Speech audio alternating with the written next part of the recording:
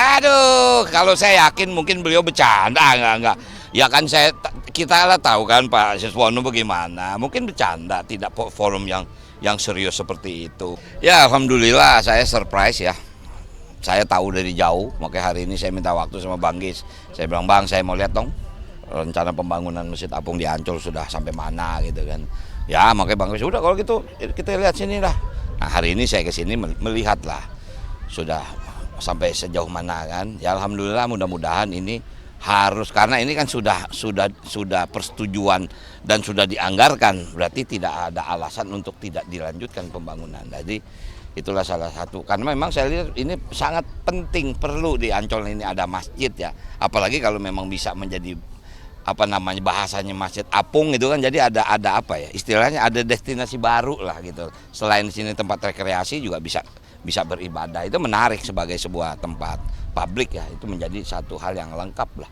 Jadi ya saya terima kasih sama Bang Gis. Cuman berapa lama rencana Bang Gis nih? Insya Allah pertengahan tahun depan selesai. Saya tambahkan ya. Jadi kelanjutan dari kedatangan yang di rumah saya pada saat itu, Bang Dul itu bertanya tentang apa-apa saja programnya Pak Anies di Jakarta yang belum tuntas.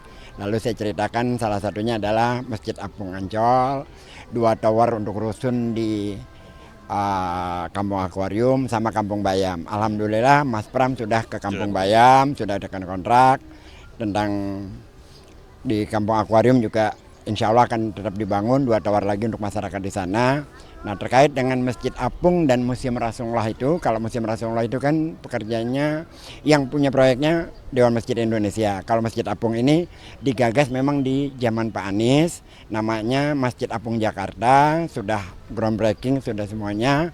Dan hari ini kita lihat sudah progresnya sudah berjalan ya, insya Allah nanti tetap dituntaskan karena waktu itu terhambat karena masalah COVID. Dan saya kira ini salah satu bukti dari janjinya Bang Dul pada saat di rumah saya akan meneruskan programnya Pak Anies, ya ini salah satunya. Bahwa tetap melanjutkan apa yang sudah di jauh-jauh hari digagas gitu loh. Bagaimana caranya mendukung agar segera terselesaikan, mengingat ini proyeknya B2B sekarang.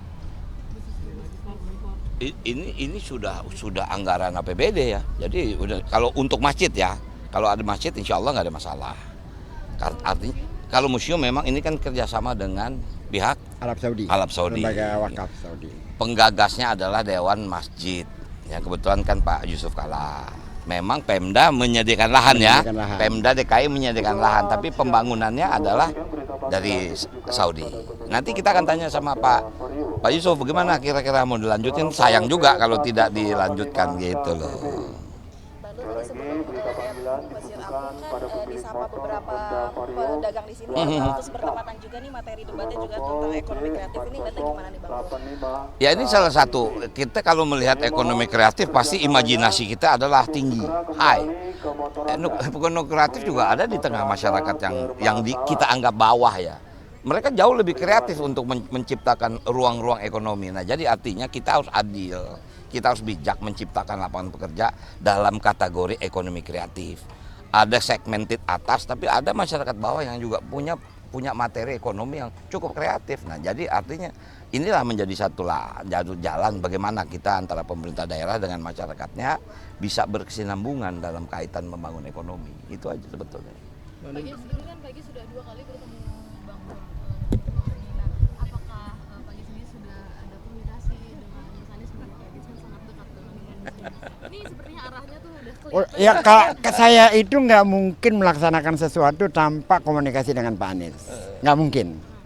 Dan Bang Dul ini kan menyatakan bahwa akan melanjutkan program Pak Anies. Saya menitipkan harapan dan hari ini adalah salah satu langkah awal kita untuk program-program Pak Anies yang kemarin untuk dilanjutkan. Ada pesan dari Pak Anies kepada Bang Dul? Kalau itu Bang Dul sama Pak Anies komunikasinya lebih lancar daripada saya. Mereka udah 2 jam bareng. Ya artinya ya saya pribadi sempat ya ngobrol sama Bang Anies. Walaupun memang 2 jam. Cuman memang tidak fokus pada pembangunan developing Jakarta. Tapi waktu itu kan memang ada momen di saat kita akan artinya akan disandingkan lah. Tapi kenyataannya kita tidak bisa bersanding. Tapi saya sangat paham Bang Anies ini masih punya vision yang luar biasa untuk Jakarta. Makanya kemarin saya ngomong sama Bang Gis, Bang, insya Allah lah kalau kita ini pasti kita lanjutin. Nah jadi artinya ini salah satu bukti lah bahwa kami serius akan melanjutkan semua program Bang Anies yang memang sangat pantas untuk dilanjutkan. Gitu aja sebut intinya. Di Ancol kan ada Formula E juga nih. Ya. Ini sudah ada, bakal digulirkan lagi nggak? Nah kalau itu kan memang harus masuk kalender kegiatan ya. Tentu kalau Pemprov itu kan menyediakan fasilitas, tapi tentang kalender itu nggak lepas daripada internasional. Apakah itu ada untuk di apa namanya? Karena yang namanya Mandalika juga mungkin saja satu saat tidak terjadi internasional. Nah itulah bagaimana menjalin hubungan dengan dunia internasional. Apalagi kalau Jakarta menjadi kota global, harusnya kalender itu menjadi paten. Cuman konsekuensinya kan anggaran besar. Apakah sanggup Jakarta? Sanggup, sebetulnya bisa. Tinggal kita menjadwalkannya saja. Itu aja.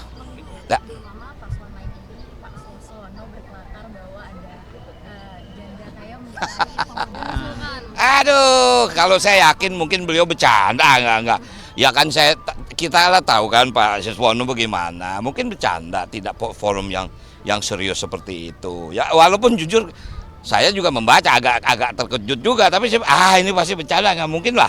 Beliau kan kita tahu ya apa namanya, mungkin artinya tahu tentang sejarah bagaimana kan.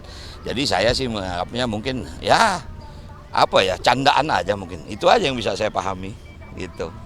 Baru kalau sejauh ini untuk persiapan debat gimana Bang Dul? Bakal pakai kostum apa? Khas Betawi biasanya atau akan ada kejutan? Aduh, kalau kejutan ya ntar dong, lihat dong. Enggak, artinya kita enggak apa ya. Kita tidak berusaha untuk menciptakan sebuah kejutan. Karena kan temanya udah dikasih tahu. Cuman mungkin ini kan problem kita masalah durasi. Ya sulit memang apa, makanya kita bilang, Bang, Abang lebih bagus nggak pakai baca. Lebih bagus misalnya apa namanya, improvisasi. Kita improvisasi bisa panjang nih, soalnya berdurasi, misal bayangin, misal pembuka 4 menit, penutup 2 menit, aduh itu kan mesti diatur kan. Nah jadi ya itu menjadi apa ya, itulah menjadi strateginya, kapan saya baca, kapan tidak baca, mungkin itu saja. Oke? Bang Dul nanti bertemu sama Mas Pram berangkat bareng atau Ya. gimana? Nanti jam 6 kita ketemu di Merkur.